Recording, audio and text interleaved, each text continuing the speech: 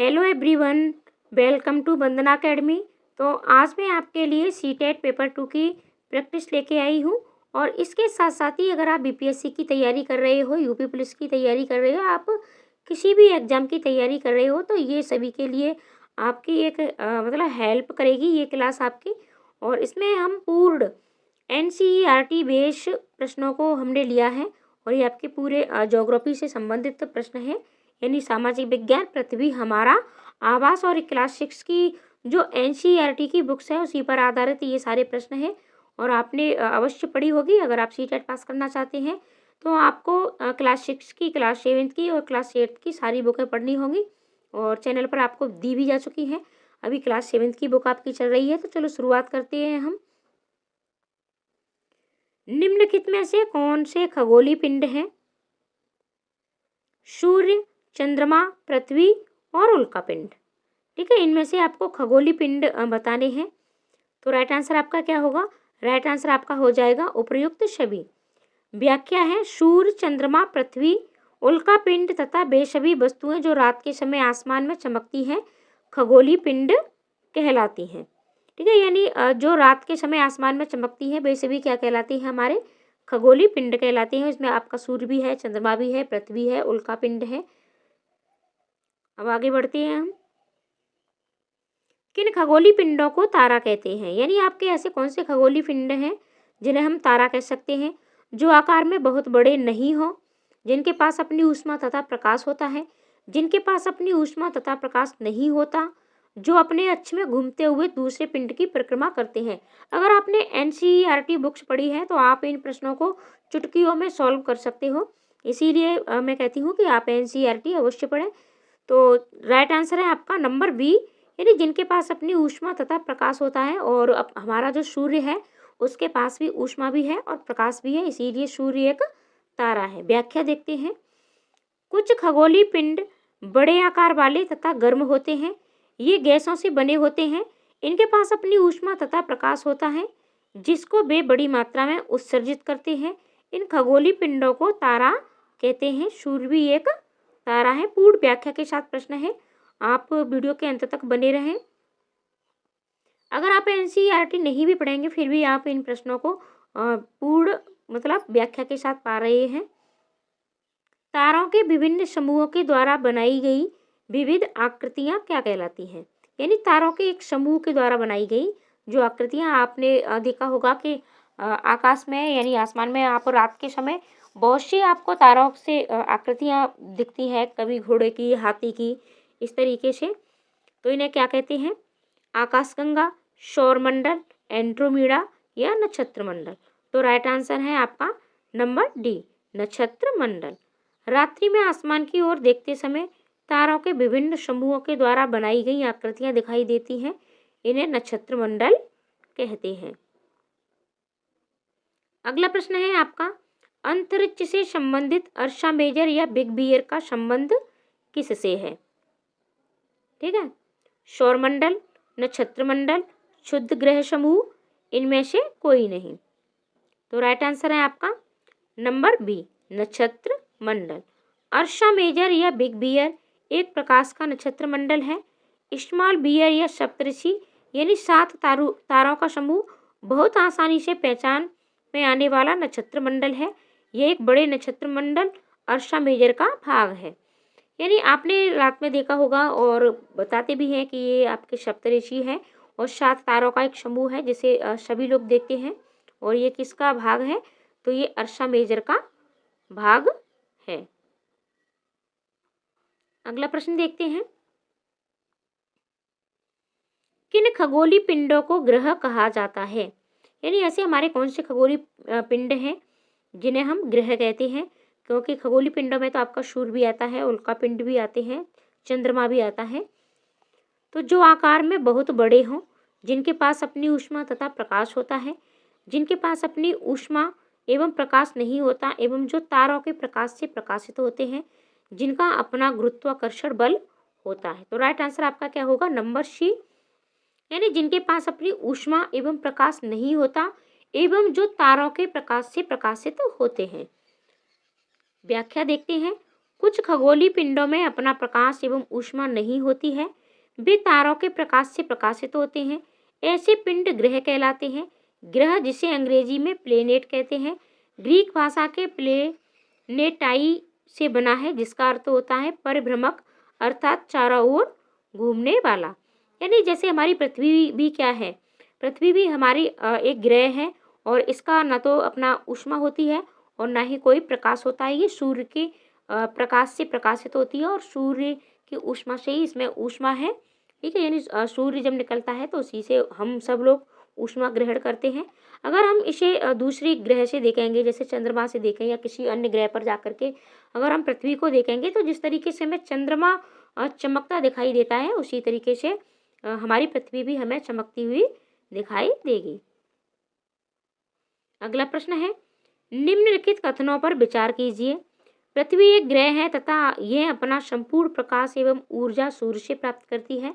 ये आपका बिल्कुल सही है। पृथ्वी क्या है, पृथ्वी एक ग्रह है और ये अपना संपूर्ण प्रकाश और ऊष्मा सूर्य से ही प्राप्त करती है। पृथ्वी सूर्य से दूरी के हिसाब से चौथा ग्रह है तथा आकार में तीसरा बड़ा ग्रह है। ठीक है, अब ये आपको बताना है कि क्या ये पृथ्वी सूर्य से दूरी के हिसाब से कौन सा ग्रह है। तो क्या ये चौथा ग्रह है, तो ये चौथा ग्रह नहीं है, तो ये आपका गलत हो गया। तो राइट आंसर आपका क्या होगा, राइट आंसर आपका हो जाएगा केवल एक, यानी उपयुक्त में से कौन सा कथन सत्य है, तो केवल एक। व्याख्या देखते हैं हम। पृथ्वी जिस पर हम रहते हैं एक ग्रह है, ये अपना संपूर्ण प्रकाश एवं ऊष्मा सूर्य से प्राप्त करती है, जो कि पृथ्वी के सबसे नजदीक का तारा है।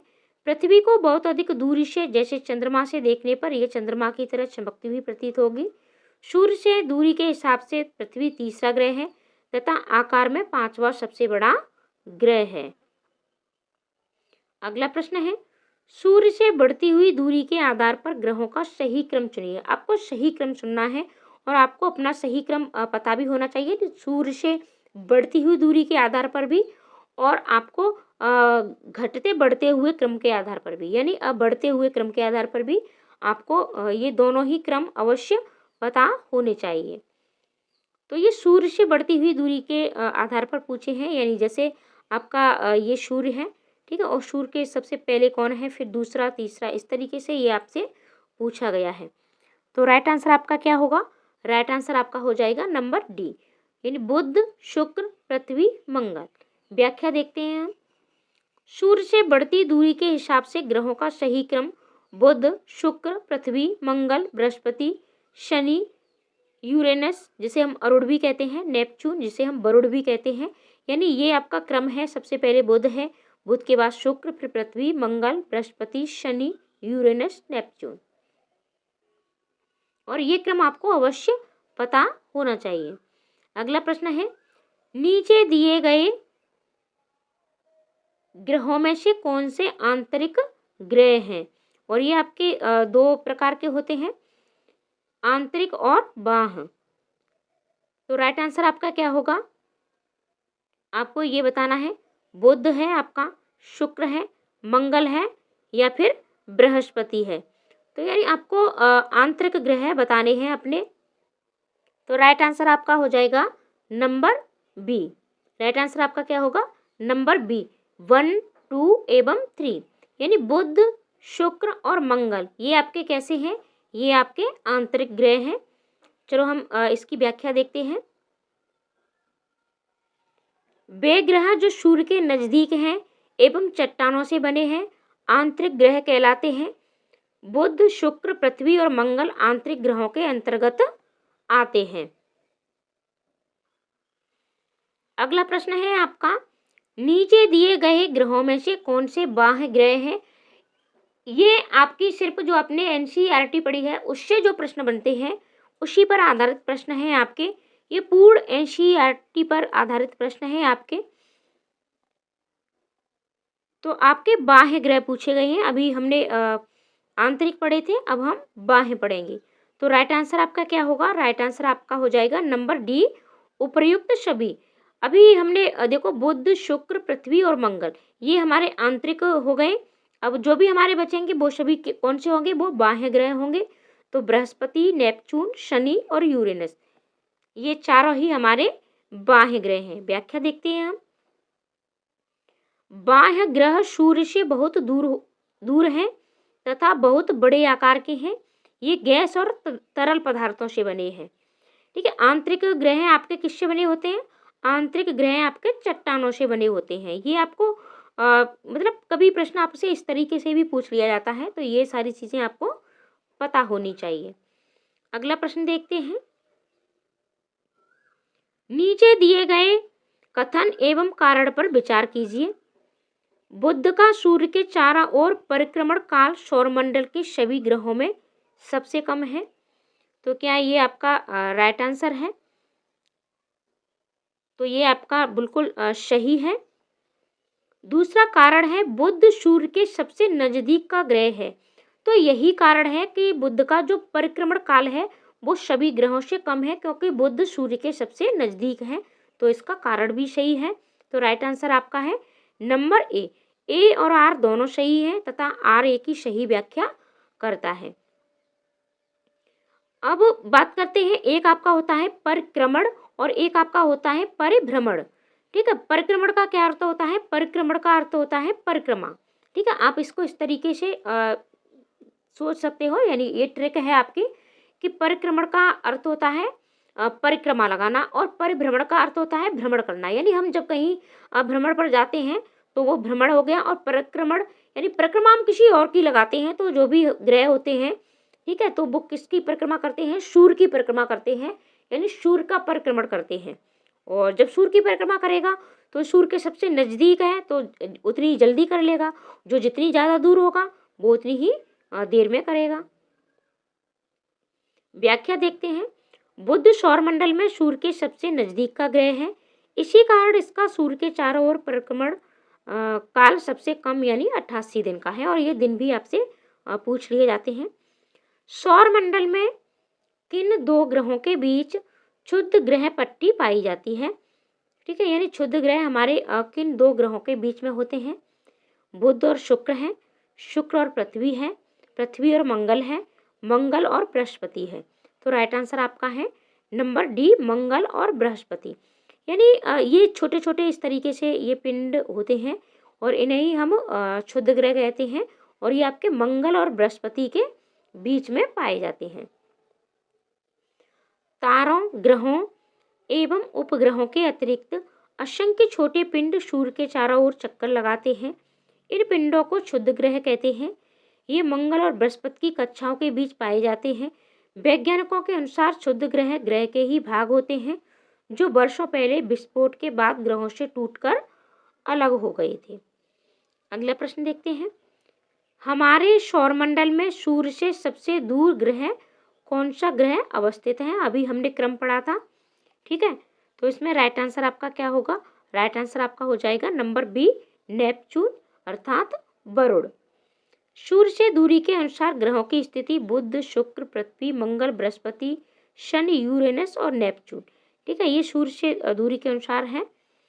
वर्ष 2006 में अंतर्राष्ट्रीय खगोलीय संघ ने अपनी बैठक में यह निर्णय लिया कि प्लूटो, सिरस व 2003 यूवी 313 जैसे खगोलीय पिंडों को बौने ग्रह की श्रेणी में रखा जा सकता है, और इसमें प्लूटो को ग्रहों से अलग कर दिया गया। यानी 2006 से पहले ये भी हमारे ग्रहों की में ही सम्मिलित था। अगला प्रश्न देखते हैं। नीचे दिए गए कथन एवं कारण पर विचार कीजिए। कथन है आपका, पृथ्वी के आकार को भूभाग भी कहा जाता है। तो ये आपका बिल्कुल सही है। पृथ्वी ध्रुवों के पास थोड़ी चपटी है, ये भी बिल्कुल सही है। यानी हमारी पृथ्वी एकदम से इस तरीके से गोल नहीं है, ये थोड़ा सा इस तरीके से है।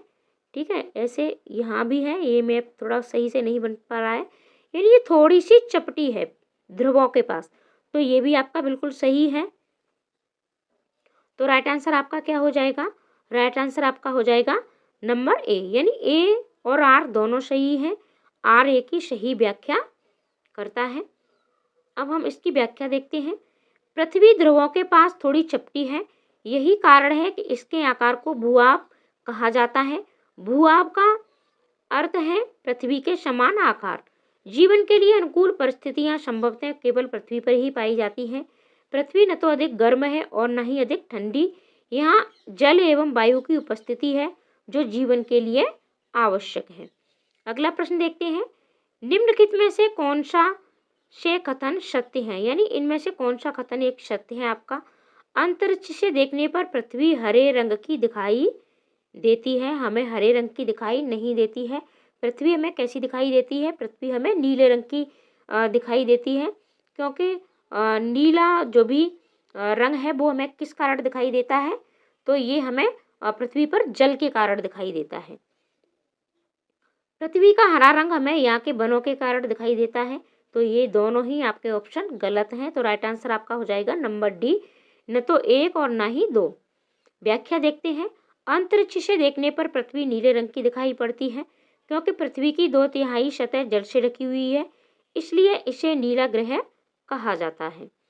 अगला प्रश्न है, सौरमंडल का निर्माण किससे मिलकर होता है, यानी सौरमंडल का जो निर्माण है वो हमारा किससे होता है। ग्रहों से, उपग्रहों से, सूर्य से या फिर उल्कापिंडों से। तो राइट आंसर है आपका नंबर डी, यानी इन सभी से मिलकर के हमारा सौरमंडल बनता है, जिसमें ग्रह, उपग्रह, सूर्य, उल्कापिंड ये सभी शामिल होते हैं। व्याख्या देखते हैं, सूर्य, 8 ग्रह, उपग्रह तथा कुछ अन्य खगोलीय पिंड जैसे क्षुद्र ग्रह एवं उल्कापिंड मिलकर सौरमंडल का निर्माण करते हैं, उसे हम सौर परिवार का नाम देते हैं, जिसका मुखिया सूर्य है। तो ये हमने आज 15 प्रश्नों को लिया है। इससे आगे के प्रश्नों को हम अगली वीडियो में सॉल्व करेंगे। डेली आपको ये प्रैक्टिस कराई जाएगी, ठीक है। मैं आपको ये दिखा दूँ, प्रैक्टिस थोड़ा छोटा करके दिखाती हूँ आपको।